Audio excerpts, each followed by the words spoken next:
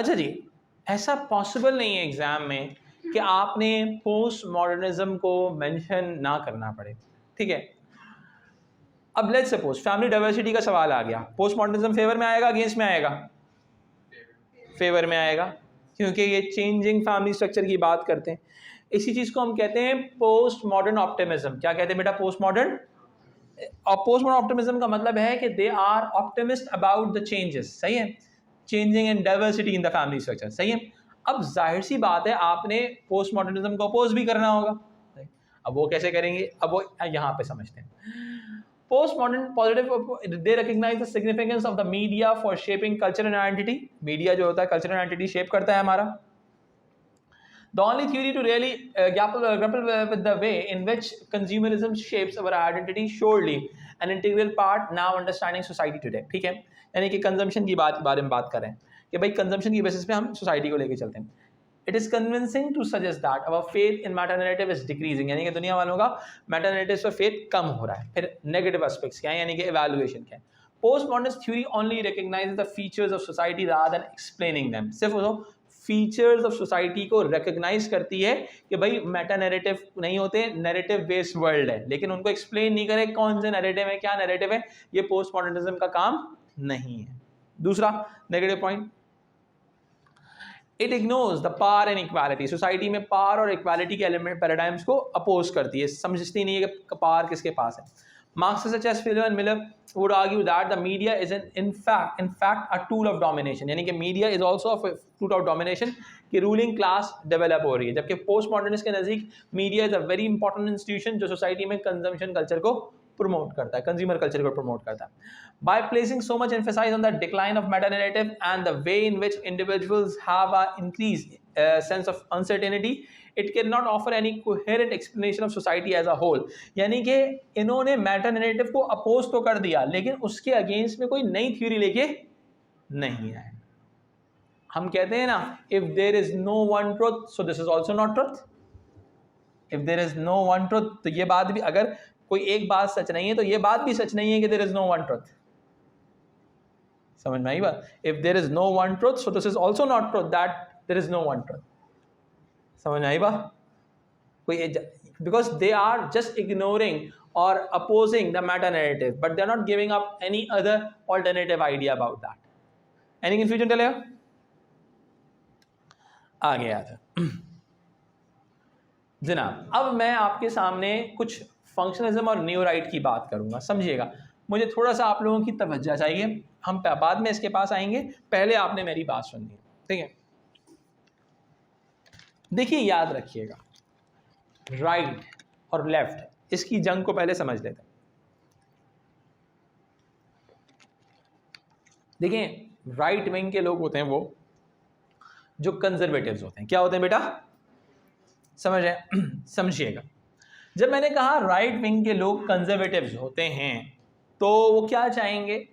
जैसा चल रहा है वैसा स्टेबिलिटी। अब वो क्या कहेंगे? दे will definitely support the idea of nuclear family. जो नील ने, न्यू राइट थ्योरिस्ट है, उन्होंने कहा था a family should be heterosexual with both partners available to give you them some form of gender roles, or you can say the role modeling. They all are acting as a role model, they both partners are acting as a role models. So automatically new right theorists वो theorist होते हैं जो actual के अंदर existence of stereotypical और conservative family form को support कर रहे हैं। ये बात समझ में आती है? दूसरी तरफ हमारे पास होते हैं पोस्ट मॉडर्निस्ट। क्या होते हैं बेटा? जो कहते हैं family diversity is a very good thing, जिसको हम पोस्ट मॉडर्न ऑप्टिमिस्ट भी कहते हैं। क्या कहते हैं बेटा? पोस्ट मॉडर्न ऑप्टिमिस्ट भी कहते हैं। समझ में आई बात? जिसमें हमने स्टेसी का डिस्कशन किया था शुरू में, कि स्टेसी ने कहा था every family is an alternative family. अब मेरी बात समझना, न्यू राइट किसी भी किस्म की फैमिली डाइवर्सिटी को सपोर्ट नहीं करेंगे। Rights are conservatives, they will definitely oppose any sort of diversity. Rule समझ में आ रहा है बेटा? ठीक है, they will definitely oppose any sort of diversity in the human societies. ठीक है, अब मेरी बात समझिएगा। अरीशे, अब मुझे बताएं कि जब इन्होंने कहा कि फैमिली डाइवर्सिटी जो है they will definitely oppose any sort of diversity. तो ये लोग सिंगल पेरेंटहुड को सपोर्ट करेंगे या नहीं करेंगे? नहीं करेंगे।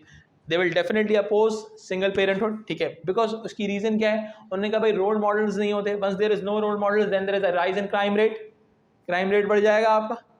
रोल मॉडल्स नहीं है तो क्राइम रेट बढ़ जाएगा। तो सिंगलहुड को वो इंस्टेबिलिटी या डिसफंक्शनल फैमिली से अंडरस्टैंड करते हैं, सिंगलहुड को वो इंस्टेबल फैमिली या डिसफंक्शनल फैमिली से ताबीर करते हैं, ठीक है। तो अब हमारे पास क्या समझ में आता है कि भाई न्यू राइट थ्योरिस्ट जो होंगे actually they support the nuclear family, they support the heterosexual family with both partners available, सही है। और दूसरी तरफ इसके साथ साथ क्या होता है, एक्चुअल में फंक्शनलिस्ट भी इसी तरह से आइडियाज को लेके चल रहे हैं। दूसरी तरफ new right always support the state model, they always given the supportive state model. क्या दिया है बेटा इन्होंने? सपोर्टिव स्टेट का मतलब क्या होता है? सपोर्टिव स्टेट का मतलब ये होता है कि ये जो है आपके स्टेट एंड फैमिली दोनों मिलके सोसाइटी को आगे लेके चलेंगे, स्टेट एंड फैमिली दोनों मिलके आगे सोसाइटी को लेकर चलेंगे। समझ रहे हैं मेरी बात? ठीक है।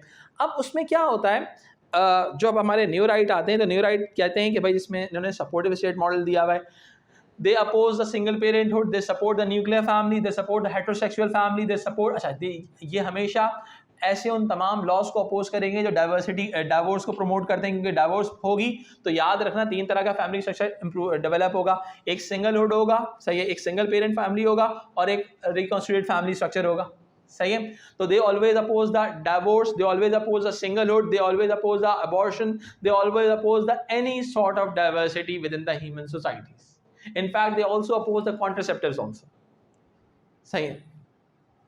तो भाई अब आ जाते हैं, थोड़ा सा इस चीज़ को अंडरस्टैंड करते हैं। अब यहाँ पर मैंने क्या किया हुआ है, आपके लिए पूरे पैराग्राफ्स कंस्ट्रक्ट किए हुए कि आपने किस तरीके से अपने आंसर्स को डेवलप करना है। अब देखो ये आंसर कहाँ यूज़ करोगे आप, ये आंसर आप हर उस जगह पर यूज़ करोगे जो फंक्शनलिज्म पर बेस करता है, हर उस जगह पर यूज़ करोगे जो जहाँ पे आपने न्यू राइट को मेंशन करना है, ठीक है। ज़रा सा अंडरस्टैंड कर लेते हैं।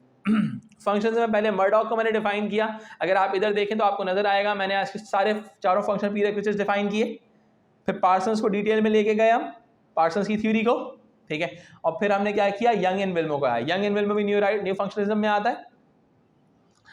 अब जरा सा ये दोनों तो हमने पढ़ लिए हैं, अब इसको थोड़ा सा अंडरस्टैंड करते हैं। Young and Willmott have suggested that the classic extended family, अब देखो मेरी बात समझना,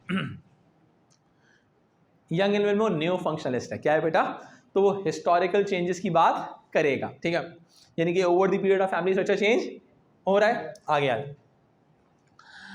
Young and Wilmo have suggested that the classic extended family has largely disappeared from modern industrial society. Classic extended family यानी कि grandparents, parents and children living together, सही है। It has been replaced by structurally isolated privatized nuclear family, यानी कि nuclear family emerge हो रही है, extended family omit हो रही है। This is self-contained, self-reliant and home-centered unit with free time spent doing jobs around the house, leisure time spent with the children, with the family. In this isolated, privatized family, the family members will often know more and care more about the lives of media soap stars than people who live on their streets, ठीक है। यानी कि अब क्या है, इन लोगों को ये पता होता है कि भाई सोप में क्या हो रहा है, लेकिन उनको स्ट्रीट में क्या हो रहा है इनका नहीं, डिस्कशन उनका पता नहीं होता। अब देखो मेरी बात सुनो, ये पूरा आर्गुमेंट न्यूक्लियर फैमिली के फेवर में आ रहा है, पूरा आर्गुमेंट न्यूक्लियर फैमिली के फेवर में आ रहा है, इसी तरह से आपने इसको यूज करना है, ठीक है। फिर new right supported the traditional values and institutions and its views of the role, importance and function in society of the traditional nuclear family. They are very similar to the functionalist approach. The like functionalists, they see the traditional heterosexual nuclear family with 2 natural parents and a traditional division of gender roles in the family as the best means of bringing up children to become conformist, responsible adults. याद रखो, जब nuclear family की बात आएगी, आप एक तरफ functionalism को लेकर यूज करोगे और न्यू राइट को यूज करोगे। Any confusion clear? जब फैमिली को फेवर करना है, जब न्यूक्लियर फैमिली को फेवर करना है तो न्यू राइट और फंक्शनलिस्ट को यूज करेंगे।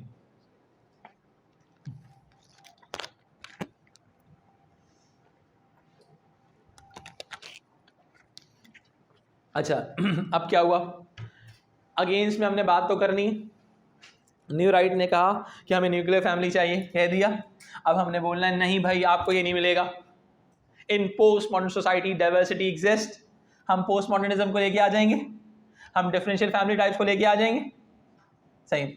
जैसा कि however they argue that the nuclear family is under threat from social changes such as rising divorce rates, step families, lone parents, cohabitation, births outside the marriage, gay marriages. They are oppose all state policies and support relationship outside nuclear family. ठीक है, that support relationship outside nuclear family के बाहर कोई भी चीज़ new right को अच्छी नहीं लगेगी. दे ब्लेम दीज पॉलिसीज, यानी कि एक्चुअली ये स्टेट पॉलिसीज को ब्लेम करते हैं जिसकी वजह से सोसाइटी में डाइवर्सिटी बढ़ रही है. They give the concept of welfare state, जिसका काम है कि हेटेरोसेक्सुअल फैमिली स्ट्रक्चर को सपोर्ट करना. Like Murray and Mersland argue that the welfare state has undermined personal responsibilities and self-help. For example, welfare support for lone parents. अच्छा, इनके नज़दीक single parenthood can not survive without the state, because single parenthood के लिए state economic support भी देती है और emotional support भी देती. तो according to new right, if you want to sustain sustainable lone parent family structure, you need to give them use the welfare state format. Moving forward, the new right argued that in order to return to traditional family values, government policies should encourage nuclear family. This includes measures to reduce divorce rates and births outside the marriages. Abortion, contraceptives को बंद कर दो. ठीक है, अब ये पूरा new right में यूज हो गया. पूरा थीसिस का कंसेंसस का पैराग्राफ बन गए, कंसेंसस के बन गए, न्यूक्लियर फैमिली के पैराग्राफ बन गए. एनी कंफ्यूजन टेल यार? अब आ जाओ, इस पूरी पार्ट का हमने एवेल्युएशन भी कर लिया. एवेल्युएशन कैसे करते हैं देख.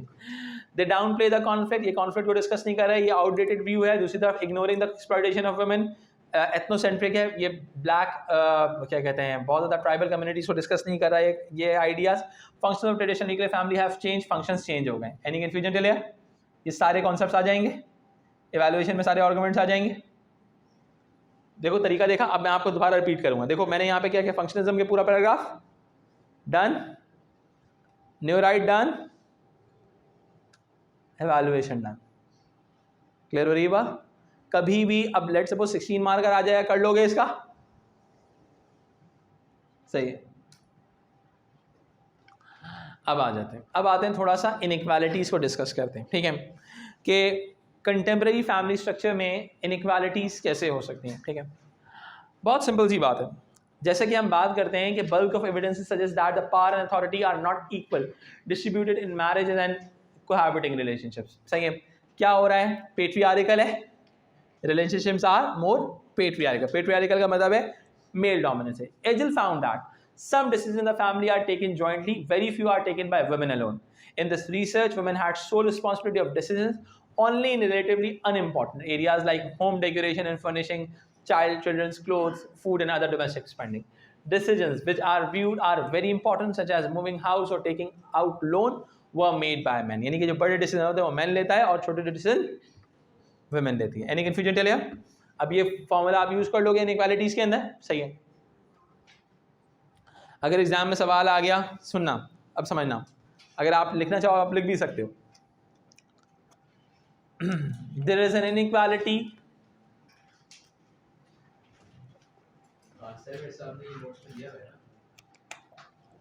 There is inequality in power and authority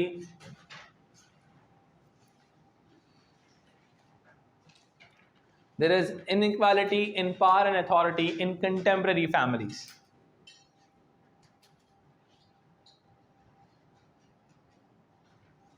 अब फिर आते हैं पाल का आर्गुमेंट है. Found that there is a growing individual. अब देखो यहाँ पे हमने बात की कि इनइक्वालिटी आ रही है. अब इनइक्वालिटी को अपोज करना तो बड़ा मुश्किल काम है, राइट? अब लेकिन मैंने यहाँ पे क्या यूज किया, पोस्ट मॉडर्निज्म को अगेंस्ट यूज कर लिया. क्या ये क्या कहा कि there is a growing individualisation, state protection आ गया, स्टेट लॉज आ गया, ऑटोमेटिकली क्या कर रहा है, ये तमाम चीजें इनइक्वालिटी को रिड्यूस कर देंगी. क्लियर हो रही है बात? जैसे कि Powell found that there is growing individualization in couples' finances, whereby each partner has some independent on financial matters, own bank account or credit card. However, although this may appear to lead to more equality, it actually results in the opposite.